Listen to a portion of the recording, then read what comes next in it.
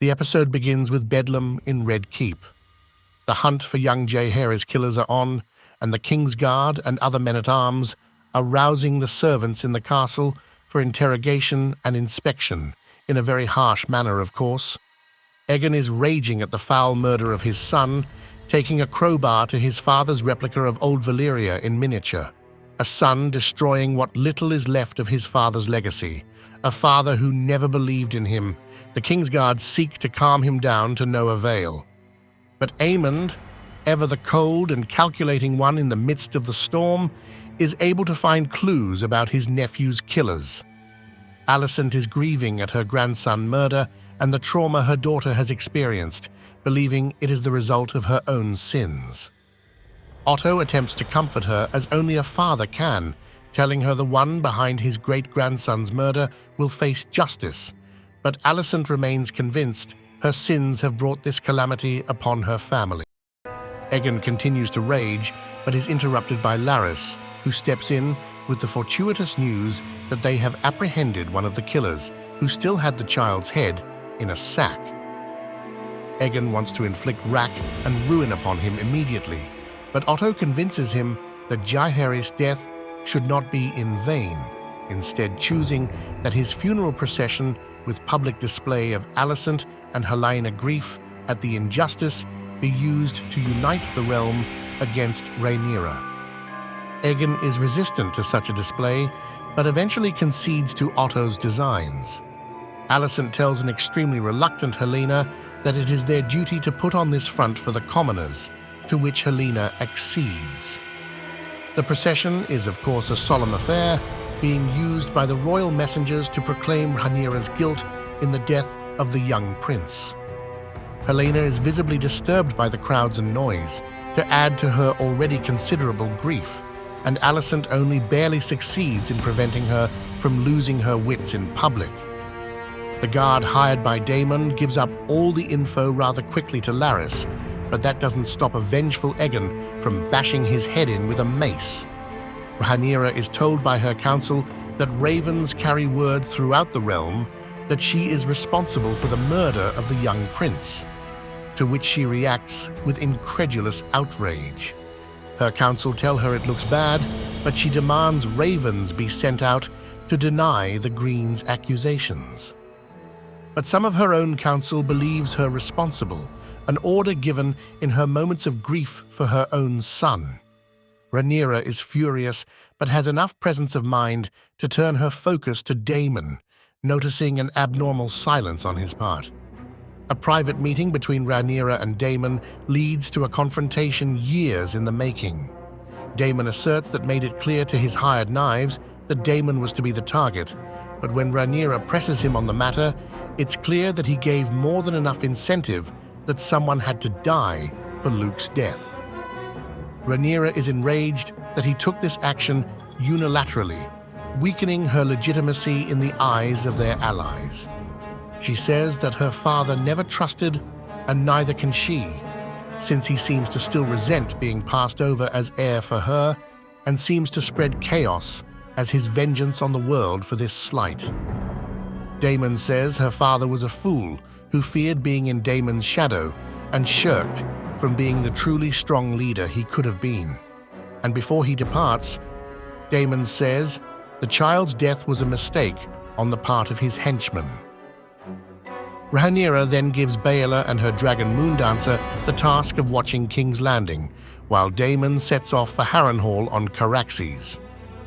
Having just murdered his son's murderer, Aegon and his guards pass Helaena on the palace stairs, but when she looks to him for comfort, he has none to give, passing her by silently, leaving her to flee to grieve on her own. Sadly, it's clear that her descent into madness had begun. Watching as the furniture in the room is disassembled, Criston Cole reflects on his failure to protect those he is oath-sworn to. On Dragonstone, Rhaenyra watches her young sons with Daemon, Aegon and Viserys at play, no doubt pondering their future with the uncertain ground Daemon has left her on. Alicent asks Criston Cole if has confessed their relationship to anyone, perhaps seeking some form of forgiveness.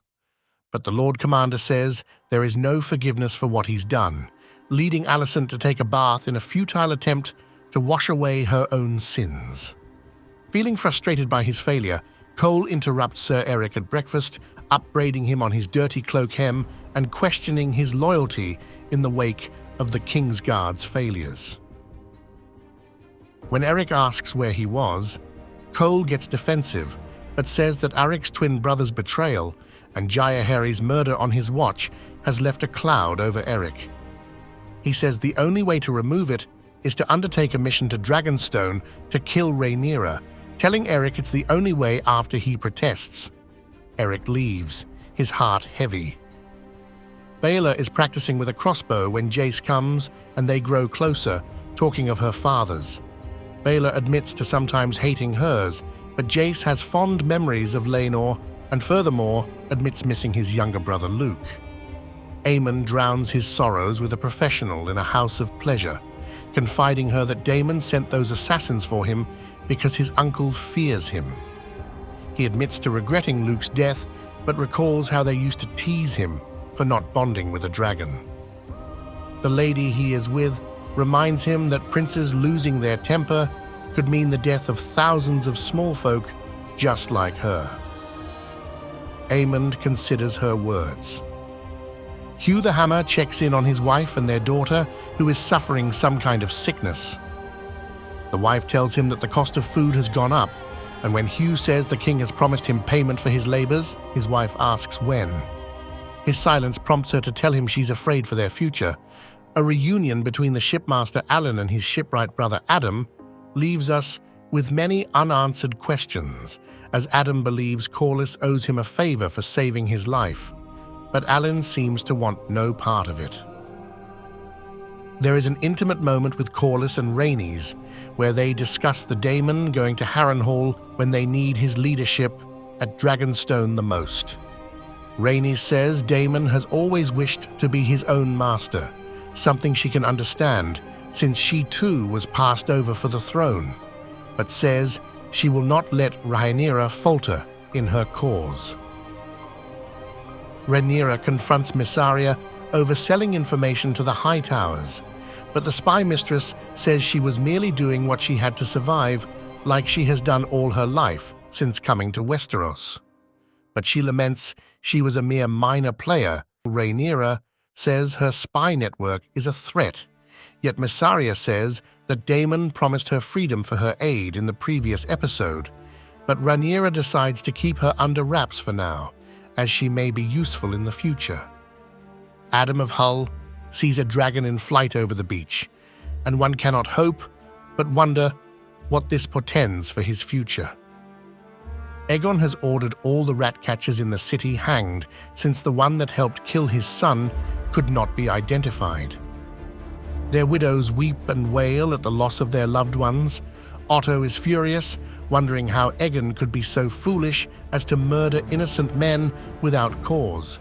He says Aegon lacks his father's patience and dignity, while Aegon insists that he is taking action, while Otto pens letters. Aegon removes Otto's hand and gives the hand badge to Criston Cole, who he tells Otto has ordered Sir Eric to infiltrate Dragonstone and kill Rhaenyra. Otto is blown away at how ill-conceived these actions are, but tosses his pin to Criston Cole, telling Aegon he will regret his actions as he leaves. Rhaenyra decides to honor Daemon's deal with Mysaria and releases her, allowing her passage to Myr. But on the way to ship, notices Sir Eric, the twin of Sir Eric, which is a red flag to her since she left Sir Eric behind at Dragonstone Fortress. She signals a guard to tell him. Sir Eric, in the meantime, infiltrates the fortress, avoiding his twin brother and the other guards to make it to Rhaenyra's chambers. He tells her he has no choice in his actions, much to her confusion, since she thinks he's Eric, but Eric, alerted to this brother's presence by Mysaria, attacks him as he tries to cut down Rhaenyra, and they engage in a brutal duel. Rhaenyra is able to summon an off-duty member of the Kingsguard, who stands between her and the fighting brothers.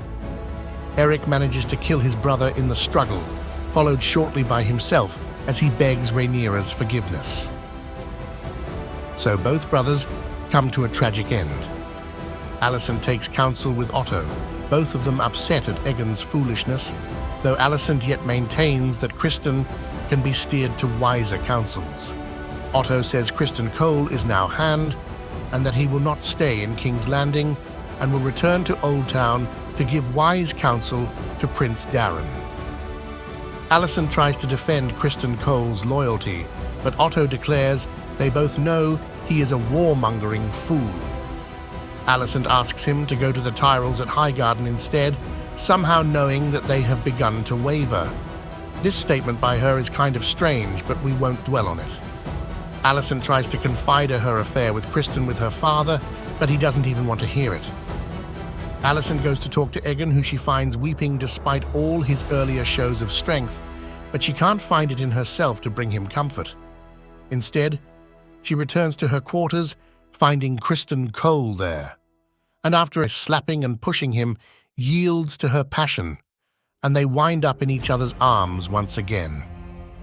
It is simply two broken people under extreme stress, finding some measure of comfort in each other, and that's how the show ends. After a slow start in episode 1, this episode sees quite a bit of improvement in the explosive character interactions between power players, with even some action thrown in the at-end. Some characters rabidly hated by various parts of the fan base are even seen in a sympathetic light, which is quite an achievement in a series which both sides lack characters to passionately root for. But characters of great import are abruptly introduced, leaving some wondering why they are popping up out of nowhere and why they are given random scenes amid all that is happening. But all in all, it's a step in the right direction from a first episode that left much to be desired.